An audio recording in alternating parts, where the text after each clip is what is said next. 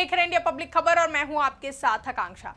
पिछले साल नवंबर में सामने आए महाराष्ट्र विधानसभा चुनाव के नतीजों के बाद महायुति की ओर से देवेंद्र फडणवीस को प्रदेश का मुखिया बनाया गया और एनसीपी अजित गुट के अध्यक्ष अजित पवार और शिवसेना शिंदे गुट के मुखिया एकनाथ शिंदे को बतौर उप मुख्यमंत्री शपथ दिलाई गई।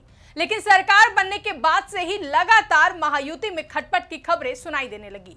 यहां तक कि सरकार के गठन से पहले तो कई बार सुनने में आया कि डिप्टी सीएम और महाराष्ट्र के पूर्व मुख्यमंत्री एकनाथ शिंदे देवेंद्र फडणवीस को मुख्यमंत्री बनाए जाने से नाराज हैं और इन चर्चाओं को उस वक्त बल मिल गया था जब शपथ ग्रहण के कुछ दिन पहले ही डिप्टी सीएम एकनाथ शिंदे अपने गांव चले गए थे। उस वक्त नाराजगी के साथ ही ये खबरें भी निकलकर सामने आई थी कि मुख्यमंत्री की बजाय उप मुख्यमंत्री का पद दिए जाने से एकनाथ शिंदे नाराज हो गए थे और इसीलिए वो अपने गांव चले गए थे। यहां तक कि शिवसेना शिंदे गुट की ओर से भी ये कह दिया गया था कि एकनाथ शिंदे को ही मुख्यमंत्री बनाना चाहिए।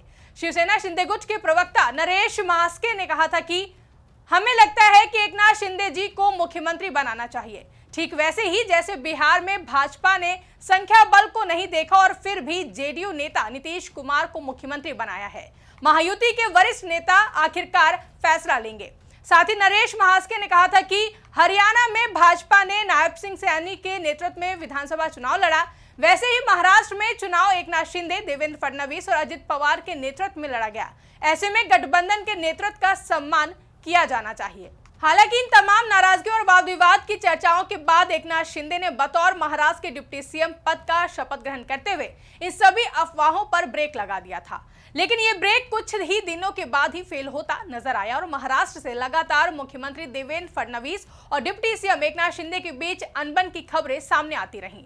इन खबरों के बीच अब राज्य के डिप्टी सीएम ने एक बड़ा बयान दिया है। उन्होंने कहा कि उन्हें हल्के में लेने की जरूरत नहीं है, जिसके बाद महाराष्ट्र की सत्तारूढ़ गठबंधन महायुति के भीतर दरार की अटकलें और तेज हो गई हैं। जहां महाराष्ट्र के मुख्यमंत्री देवेंद्र फडणवीस के साथ कई मुद्दों पर टकराव और तनातनी के बीच उप मुख्यमंत्री एकनाथ शिंदे ने अब चेतावनी दी है कि मुझे हल्के में मत लें।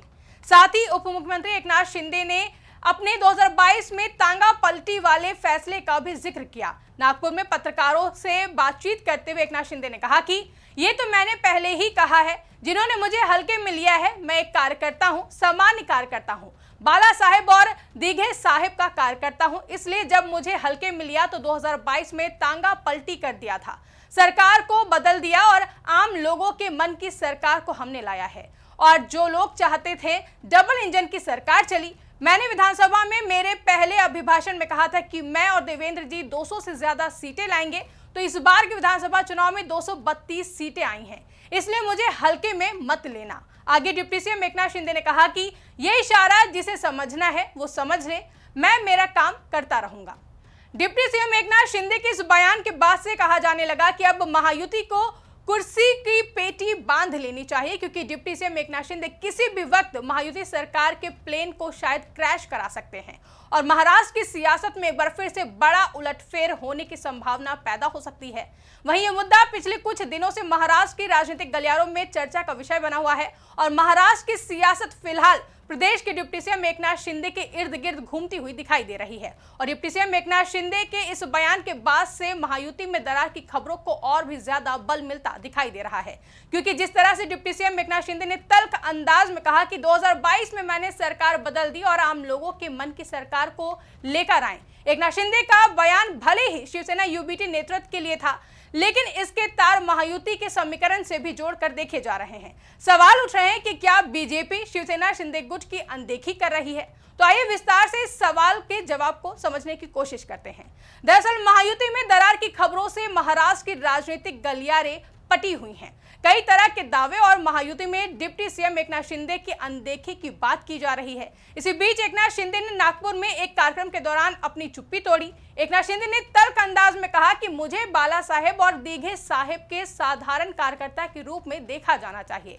एकनाथ शिंदे के इस अंदाज की जमकर हर ओर चर्चाएं होने लगी, तो वहीं अफवाहों से इतर वास्तविकता कुछ और ही बयां कर रही है, क्योंकि बीजेपी की ओर से अभी तक डिप्टी सीएम एकनाथ शिंदे को लेकर किसी तरह का बयान सामने नहीं आया है और ना ही खुद डिप्टी सीएम एकनाथ शिंदे की ओर से अभी तक खुलकर ऐसी कोई बात कही गई है। हालांकि इशारों में एकनाथ शिंदे ने कह दिया है कि ये इशारा जिसे समझना है वो समझ ले, और राजनीति को समझने वाले इस बात से वाकिफ होंगे कि राजनीति में इशारे और बयानों के क्या मायने होते हैं। इन्हीं के मुताबिक बाकी लोग नेताओं के अगले कदम को प्रिडिक्ट करने की कोशिश करते हैं। ये सियासत है और यहाँ किसी भी संभावना को नकारा नहीं जा सकता है। डिप्टी सीएम एकनाथ शिंदे ने नागपुर में जैसा बयान दिया उससे ऐसा लगा कि कहीं ना कहीं वो आहत हैं। यही वजह है कि बीजेपी द्वारा उनकी अनदेखी को लेकर सवाल उठ रहे हैं और दावा किया जा रहा है कि अगर बीजेपी ने डिप्टी सीएम एकनाथ शिंदे की अनदेखी की तो इसका असर आगामी नगर निगम चुनाव में देखने को मिल सकता है। कथित तौर पर डिप्टी सीएम एकनाथ शिंदे ने बाला साहेब के उत्तराधिकारी के रूप में खुद को महाराष्ट्र की राजनीति में स्थापित कर लिया है। मराठा समुदाय में उनकी पैठ किसी से छिपी नहीं है। ऐसे में अगर महायुति में उनकी अनदेखी हुई तो महाराष्ट्र की राजनीति में एक बार फिर उलटफेर देखने को मिल सकती है।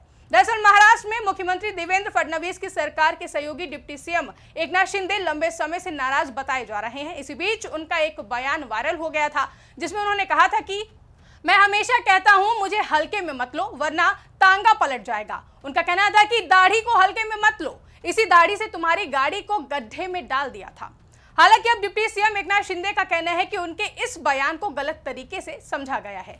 एकनाथ शिंदे ने अपने बयान को लेकर कहा कि आज मैंने कहीं पढ़ा और देखा कि गलत तरीके से समझा गया कि मैंने ये बात सत्ताधारी गठबंधन के बीच तथाकथित शीत युद्ध के बारे में कही थी। डिप्टी सीएम एकनाथ शिंदे ने कहा कि मेरा निशाना उन लोगों पर था जो विकास को रोकते हैं। हमारे सहयोगियों के बीच कोई शीत युद्ध नहीं है। हम लोगों की भलाई के लिए मिलकर काम करते हैं। हमारा युद्ध विकास का विरोध करने वालों के खिलाफ है।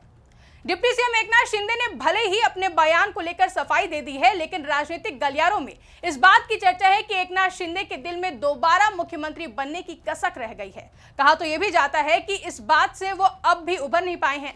उनकी नाराजगी तब और खुलकर सामने आई जब उन्होंने सीएम देवेंद्र फडणवीस की मीटिंग्स में जाना बंद कर दिया। इन्हीं मामलों की वजह से ये बात अब सामने आने लगी है कि सीएम देवेंद्र फडणवीस और डिप्टी सीएम एकनाथ शिंदे के बीच में कोल्ड वॉर चल रही है, क्योंकि अभी कुछ दिनों पहले भी सीएम देवेंद्र फडणवीस ने अहम मीटिंग बुलाई थी और इस मीटिंग में उनके मंत्रालय द्वारा किए जाने वाले कामों पर भी चर्चा होनी थी, लेकिन deputy CM Eknath Shinde meeting से गैर हाजिर दिखाई दिए थे। वहीं इससे पहले भी deputy CM Eknath Shinde CM Fadnavis की मीटिंग से नदारद रहे, लेकिन डिप्टी सीएम अजित पवार लगातार उनके साथ मीटिंग अटेंड करते नजर आते रहते हैं। अब अहम बैठकों से नदारद रहने पर शिंदे की नाराजगी को लेकर लगातार सवाल उठते हैं। ऐसे में देखना दिलचस्प होगा कि आने वाले दिनों में महाराष्ट्र की राजनीति किस ओर करवट लेती है और क्या महाराष्ट्र में महायुति की सरकार में खुद की अनदेखी करने पर डिप्टी सीएम एकनाथ शिंदे 2022 वाला अपना दांव एक बार फिर से दोहरा सकते हैं। आपको क्या लगता है, कमेंट करके हमें जरूर बताएं। साथ ही ऐसी ही तमाम बड़ी खबरों के लिए हमारे YouTube चैनल को सब्सक्राइब करना ना भूलें।